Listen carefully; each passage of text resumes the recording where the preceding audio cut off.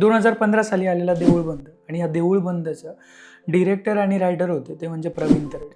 आणि खऱ्या अर्थानं प्रवीण तरडे यांची सगळ्यांना ओळख झाली ती ह्या चित्रपटाच्या माध्यमातून. याआधी देखील त्यांनी मालिकांमध्ये काम केलेलं आणि पिक्चरमध्ये देखील काम केलेलं. बट खऱ्या अर्थानं देऊळबंद या पिक्चरच्या मार्फत आणि देऊळबंद हा त्यांनी डिरेक्ट केलेला पहिला पिक्चर होता.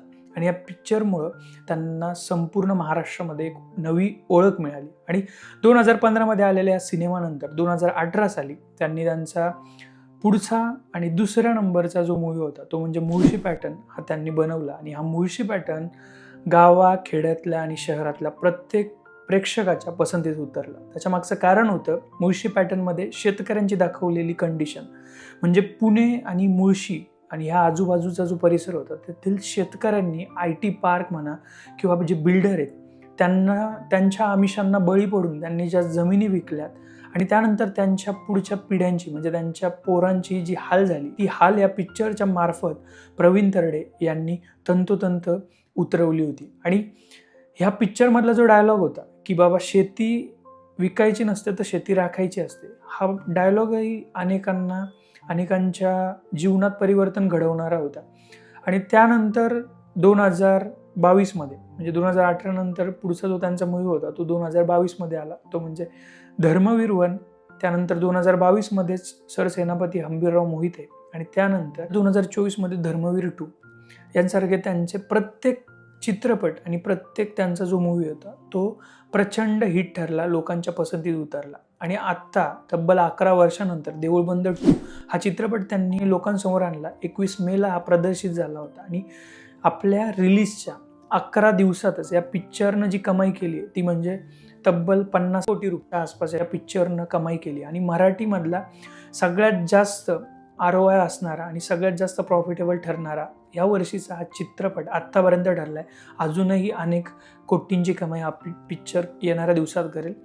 कारण की ह्या पिक्चरचं जे बजेट होतं ते 2 कोटी रुपयाचं होतं आणि ह्या पिक्चरनं आत्तापर्यंत कमावलेत 50 कोटी रुपये. म्हणजे जवळजवळ जो ROI रिटर्न ऑन इन्व्हेस्टमेंट जी आहे या पिक्चरवरची ती 340च्या आसपास आत्तापर्यंत मिळालेल्या रिटर्नवरनं ती दिसते. आणि येणाऱ्या काळात म्हणजे पुढच्या काळातही हा पिक्चर आणखीन कमाई करेल. त्याच्यामुळे आणखीन ROIमध्ये आपल्याला जो चढ आहे किंवा ROIमध्ये जी वाढ आहे ती बघायला मिळेल. बट ह्या पिक्चरच्या माध्यमातून प्रवीण तरडे यांनी शेतकऱ्याची आत्ताची असणारी परिस्थिती ती लोकांसमोर मांडण्याचा प्रयत्न केला आहे. त्याच्यामुळे याला गावाकडनं म्हणा शहरातनं गावाकडनं आलेल्या मंडळींचा या सगळ्यांचा प्रचंड प्रतिसाद मिळतो. आणि या चित्रपटाचं नावच आहे असं आहे की देऊळबंद आता परीक्षा देवाची.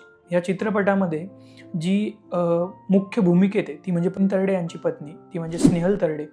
आणि त्यांची जी भूमिका आहे ती या चित्रपटामध्ये एका शेतकऱ्याच्या पत्नीची भूमिका आहे. आणि शेती करत असताना कुठल्या अडचणींना शेतकऱ्यांना सामोरं जावं लागतं, बोगस बियाणं म्हणा किंवा शासनाच्या असणाऱ्या काही चुकीचे धोरणं, शासनाकडनं शेतकऱ्यांना काही गोष्टीतनं मिळणारं प्रशिक्षण आणि दुष्काळ आणि शेतकऱ्याच्या आत्महत्या आणि बऱ्याच सगळ्या गोष्टी, ह्या सगळ्या गोष्टींवर बोलत असताना देवाच्या माध्यमातून म्हणजे स्वामी समर्थांच्या माध्यमातून लोकांपर्यंत चांगला संदेश पोहोचवण्याचं काम प्रवीण तरडे यांनी या सिनेमातनं केलं आहे. आणि हा सिनेमा आत्तापर्यंतचा ओव्हरऑल त्याचा जो कमाई आहे त्याच्यावरनं कळतं आहे की कुठल्याही पब्लिसिटीशिवाय या सिनेमाची totally mouth to mouth publicity झाली.